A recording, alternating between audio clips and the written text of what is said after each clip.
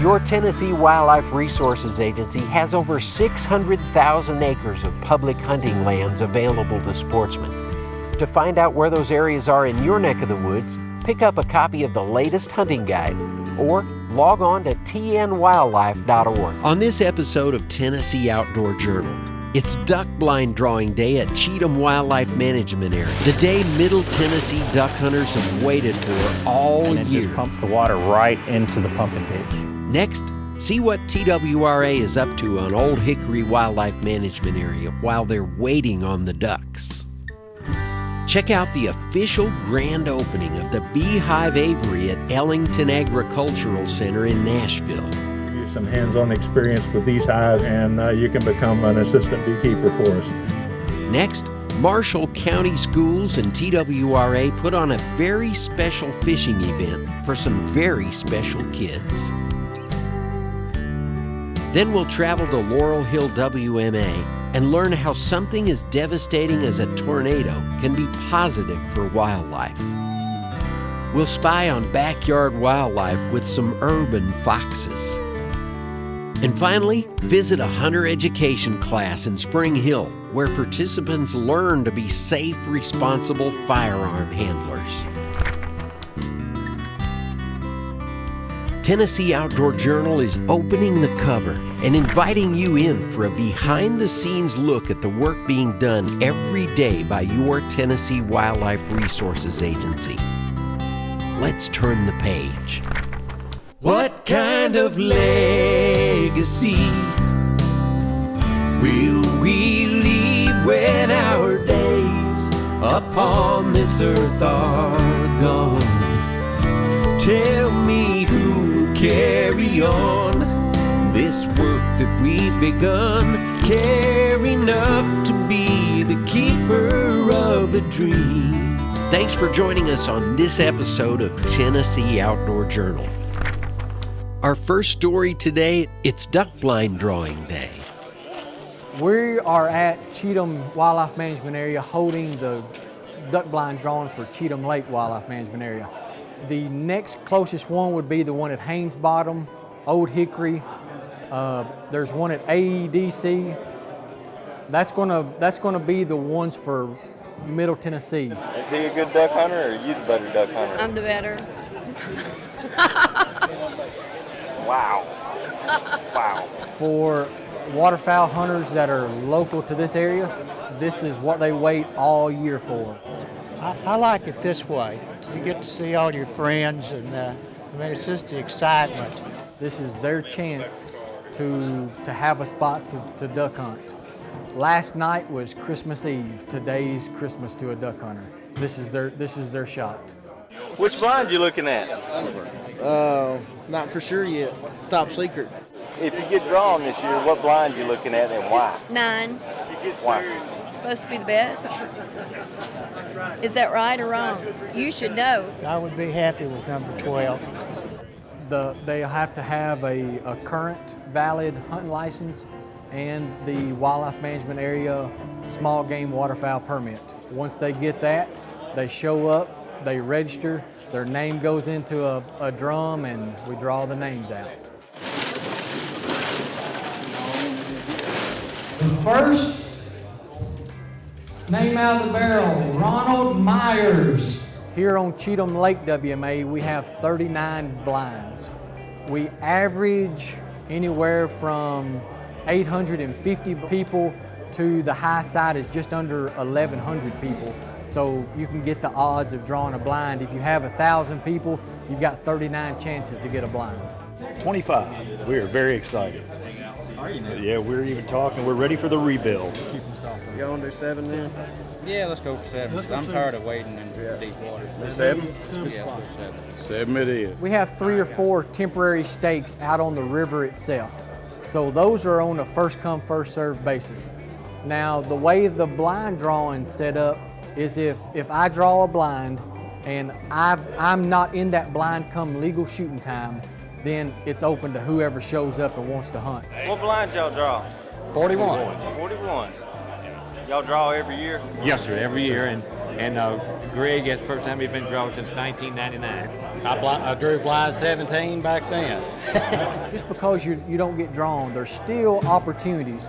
We have a couple of wait-in areas that range anywhere from 100 acres down to just a few acres that are open. So there's opportunities out there. This particular spring and early part of the summer was really wet, and we got 4 or 5 inches a couple different times. So we planted, it came up, it rained, it drowned out, we replanted again. Most of it made. The really low spots drowned out. We went back in the second week of July, and everything that drowned out was planted in millet. So we have about 100 acres of corn and about 25 acres of millet for duck food. You want to do 18? I think so. I'm good. 18's good. 18 it is. When I started duck hunting at the Cheatham Wildlife Management Area when I was 14 years of age, and I turned 69 in July, and this will be my 55th year down here. And I really enjoy it. Next up, Old Hickory Wildlife Management Area, waiting on the ducks. We're on Old Hickory Wildlife Management Area this morning. It's basically the core property, which is the floodplain. It's just the bottom, or the river bottom, that just runs along the Cumberland River. And when they established this as a management area, they had levees built in and ponds created. It was simply created for waterfowl hunting purposes and opportunities. And we've got several different pumps that we put in different locations. We've got 2 barges. The barge we have this morning, that gets pretty much all of our smaller areas, where our big barge that pumps our refuge and our big bottoms down here below the headquarters. And then we have another big bottom just across the slough from our headquarters. So that barge is, tied up with just 3 spots, where the little barge, we've got 4 or 5 locations we set that up, and they're usually just overnight. When we pull up to a spot, we've got some poles stuck to help us guide us in, and then we've got some anchor poles up on the shore. And we've got big chains, and we'll take each corner and go up there and secure it, and then we've got some cranks, and we'll tighten it down, and it's secure right there at that pumping site. 12-inch hoses is what we use. They just go up the landing area, and the end of the hose is just right at the top of the levee around the pumping ditch, and it just pumps the water right into the pumping ditch. Our little barge has 2 outputs, and our big barge has 4. Our small pump pumps probably about 500,000 gallons an hour. The big barge that we have pumps 1 million gallons an hour, so that's quite a bit of water. Once we turn it on, it doesn't turn off till we stop. Now, we'll check the pumps twice a day. Of course, we cut them off. We'll check oil levels and just make sure everything's still in order. We don't have any kind of warning lights on the power units or anything like that. So in a normal pumping year here at Old Hickory, we usually start at the refuge. The refuge actually is one of the first places we start with our big barge, but because of the wet weather we had at the beginning of our planting season, the refuge is one of the last places we got planted this year, so it will probably be the last place that barge finishes up. We just have to wait for the crop to mature out. We still have some milo in there, and we just got to wait for the seed to harden. The seed is still just a little soft and doughy on the inside, so we're going to give it as much time for that seed to cure out before we, flood it, because if you don't, it'll sour. I've been coordinating with the technicians between training and, coordinating with them on where to plant. They've done an awesome job. I mean, we planted everything, every pond that we've had, except for 64 and 5, and that's because we don't have access to it. But all of our other holes have been planted tree line to tree line with something, anywhere from corn, milo, or a combination of corn and milo and Jap millet. So I mean, they've got plenty of food to eat this year, and everything did fairly good to really excellent. The Jap millet did excellent. Barring any kind of major breakdown, it takes us around 14, 15 days to get everything topped off and ready for hunting. The only forecast I can give is it just depends on the weather we have north. And you know, we've prepared a nice dinner table. It's just whether they want to sit down and enjoy a nice meal or not. Waiting on weather and waiting on the ducks, so it's all we can hope for, you know. Our next story begs a question. Have you ever thought about bees? Thanks to all of you for coming out to the official opening of the Beehive Apiary at Ellington. We have built this and designed this bee yard to hold upwards of 12 full-size hives. We're really pleased to start up a beekeeping program here on the campus of the Department of Agriculture. On three. 1, 2, 3. Up. Who was that? Joey? We welcome those of you that work here on the Ellington campus. We are looking for about 6 of you who would like to be trained as beekeepers. Those of you that work here on the campus, we're willing to work with you. We also have an online virtual bee school on our website and beginning beekeeping. And if you do that, we'll get you over here and give you some hands-on experience with these hives, and you can become an assistant beekeeper for us. What you see here was funded, constructed, and will be operated and maintained by the Nashville Area Beekeepers Association. What we installed today was 3 hives.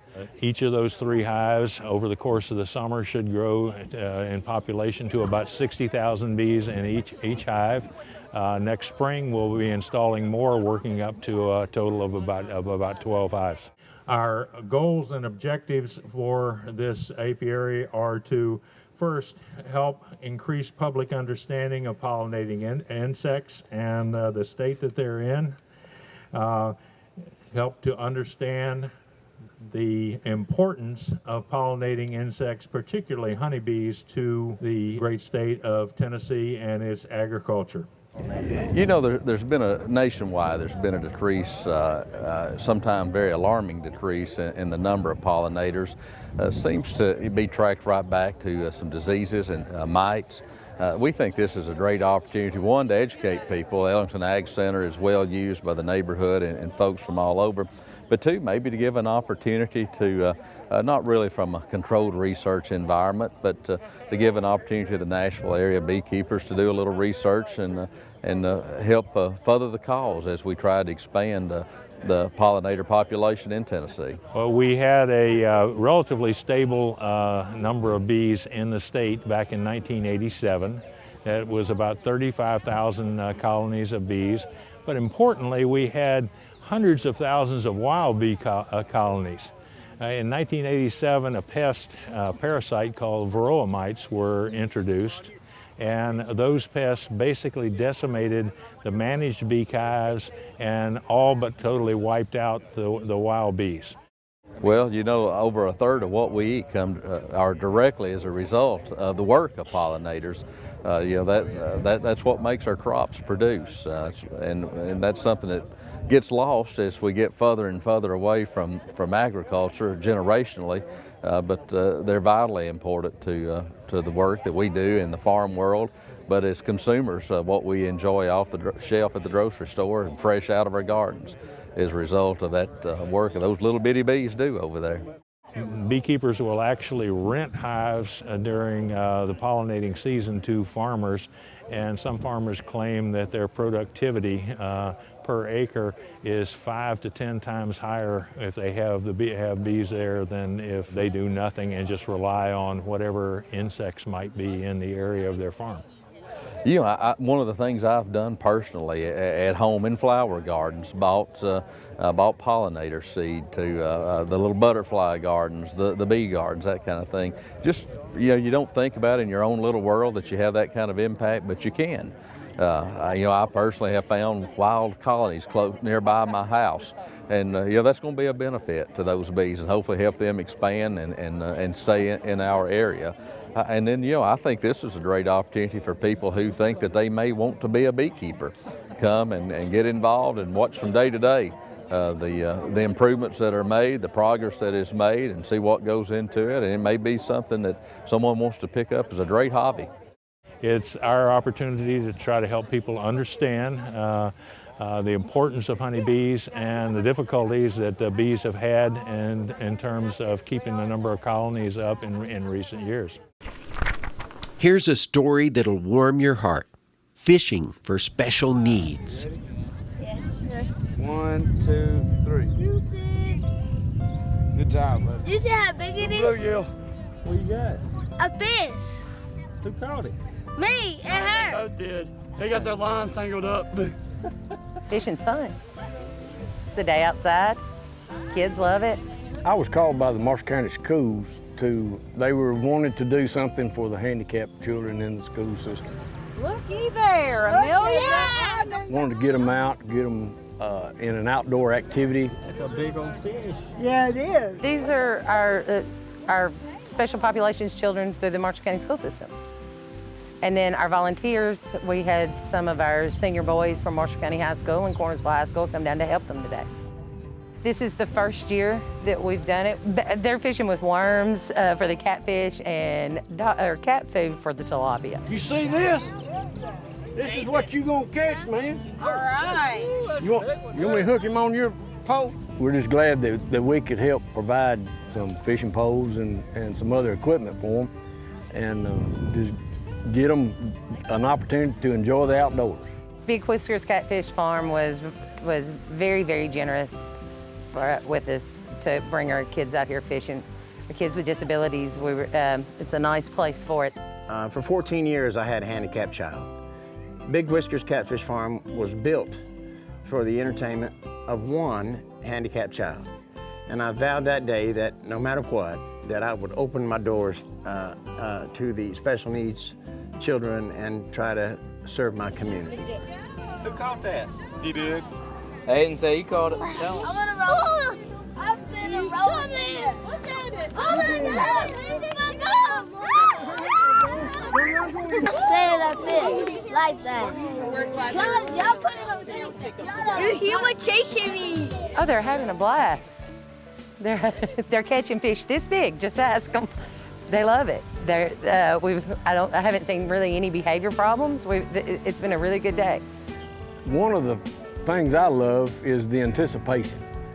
You throw every cast is an anticipation of catching something.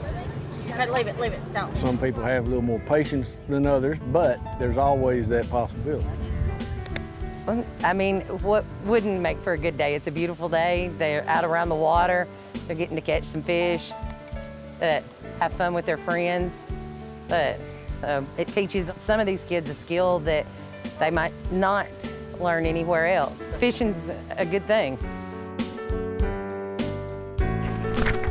Let's learn about Laurel Hill WMA after the storm. Yeah, right now it looks like a biological desert, but it's really, great things are going to come from this. December the 23rd, 2015, there was a F3 tornado that started, I guess, in Mississippi, and it came all the way through southern Wayne County and all the way through Laurel Hill, cut through 6 miles of Laurel Hill, and it settled down just outside of Summertown. And it looks ugly and devastating at first, but I knew that eventually it would be a good thing for wildlife. Just through Laurel Hill alone, it cut a path around a 1/4 mile wide and 6 miles long.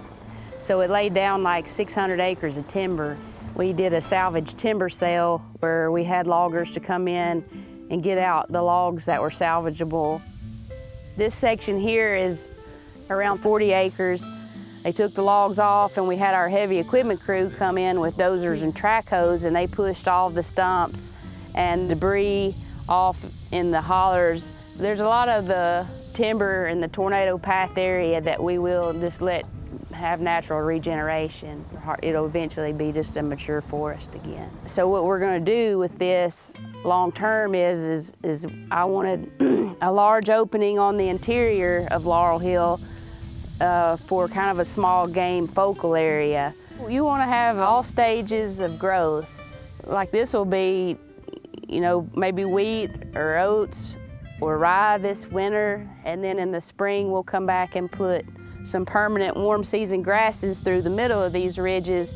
That'll be great cover and nesting areas for small game. Then you also want some young forest, you know, it's got a lot of browse in it for the deer, and then of course your mature trees have, you know, acorns and mast.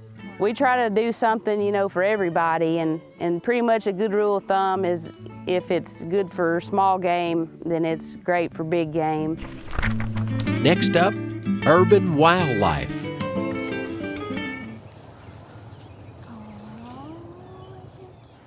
Every year at the Tennessee Wildlife Resources Agency, we receive phone calls from folks who say they have seen wildlife in and around their neighborhood. That's really not uncommon. As our neighborhoods have expanded, we've encroached on habitat that was once there for wildlife. And many times the wildlife hasn't left, it's just adapted. If you live in an older neighborhood and you have grown-up areas around your homes, then you've probably got wildlife that have moved into those areas. In this case, a mama fox has decided that she's going to raise her young underneath a storage shed behind a home. Now we have 6 kits tumbling around and playing like small puppies, and the residents are able to watch that at a distance. As with anything, these are wild animals, and we want to make sure that we keep them wild. As long as the animal's not causing you any trouble, you can leave them alone and let them do their thing, and they will eventually move on. If you have small pets, you want to take precaution and always make sure that you're watching your animal when it's outdoors. If you feed your animal outdoors, you want to make sure that you take that food up during the night because you don't want to feed a wild animal. As long as the wildlife that is living on your property is not causing you any problem, just enjoy the show. However, if it ever becomes a problem, you can contact your local TWRA office, and we have contractors that we work with that will come out and remove those animals for you for a fee. As with any wildlife, even though these animals look cute and cuddly, we don't want to approach them. We want to observe them from a safe distance and just enjoy the show. If you have any further questions, contact your local TWRA office or go to our website at tnwildlife.org. We'll finish this episode today with a story about hunter education and how you can find a class near you. We're in Spring Hill, Tennessee at the 1853 Union Hall teaching hunter education, and we got about 74 students in our class, and we're teaching them to be safe, responsible firearm handlers and hunters. What is a firearm? Most firearms have 3 basic components. The main purpose of the program is to teach firearm safety and hunter safety. So hunter education is a program that teaches not only the youth, but anyone who's not ever been exposed to the outdoors or firearms. The main target is, you know, children 9, 10, 11 years old, but we get a lot of adults also that for some reason or other just decided they wanted to take it up. Our course, we focus mostly on safety. We tell the students, if we teach you to be safe, then you can learn marksmanship. We want to teach you to be safe and ethical people, that you don't take a shot at a sound, that you know to do the right things even when nobody else is looking. You have to get on the internet and go to our website and then look under hunter education, and then there's a tab for find a class near you. You type in your zip code, and then it brings up all the classes that are scheduled near that zip code. And then you just click on a particular class, and then you can click on, you know, register for that class, and then you just put in your name and all the pertinent data, and then you're registered. So first I'll talk about the 3 ways that you can get certified. The first is the traditional class, which consists of normally 10 to 12 hours of classroom work and then 1 to 2 hours of field work, which includes, you know, shooting some type of firearm. Normally those are Monday through Friday nights, 3 hours a night. There's an online course where they can do the majority of the work online, take a test online, bring that into what we call a field day, which is about 4 hours, and those are normally held on Saturdays, like 8 to 12. So they bring in their test they took online and then spend 4 hours on Saturday morning, take a test and shoot, and then they're done. The third way is an over 21 exemption, over 21-year-old exemption, to where if you're over 21, you still have to do the course online, but you get an exemption from that field day, meaning you don't have to go take the test in person and shoot a firearm in person. Going away. Look at where it come out at. Is that a good shot or what? Yeah, buddy. When they come in, we try to put the students at ease. What kind of action's this? Lever action. We show them the different firearms, show them how they work, explain to them that it's nothing with not knowing. You ask. You know, my father always told me the only dumb question is one you don't ask. The traditional course, I highly recommend that for the kids, the 9, 10, 11-year-old kids, because there's a lot more interaction with the actual instructor, you know, a person that can, you know, one-on-one. And if they have a question, they raise their hand, the instructor can field that question. And a lot of people are a little intimidated because they feel like they need to come in already knowing something, and that's not the case, because the course is based on teaching people that have zero experience. So just to give you some numbers, last year we had 95 classes, I believe, in Region 2, and certified just under 3,000 kids. So there's always a class somewhere. There may not be one in someone's backyard or in their, you know, city they live in, but if they'll just plan ahead and look out, they'll normally find one, at least in an adjoining county at some point whenever they need to take it. Thanks for joining us on this episode of Tennessee Outdoor Journal. We'll see you next time. Tennessee Outdoor Journal is produced by your Tennessee Wildlife Resources Agency. Tell me who will carry on this work that we've begun. Care enough to be the keeper of the dream. This legacy, our legacy. Hi, I'm Charlie Daniels. When I was a kid, I loved baseball and football and all kind of stuff, but my favorite pastime was when my daddy would get me up early in the morning, we'd go hunting or fishing. Out in the fresh air on the water or back in the woods, and you learn a lot. You got kids, take them hunting, take them fishing. Join me. Buy a hunting or fishing license. Let's keep wildlife in Tennessee. That's a doggone good thing. Buy your license today at GoOutdoorsTennessee.com. Hi, I'm Tracy Lawrence, just letting you know that the Tennessee Wildlife Resources Agency supports itself and manages all of the state's wildlife with the dollars invested by hunters and fishermen when they buy licenses. If you've never bought a license, but appreciate the abundant wildlife we enjoy in this state, I encourage you to do it. Start with the Type 01. It's a great investment in Tennessee wildlife. Learn more at tnwildlife.org. Buy your license today at GoOutdoorsTennessee.com.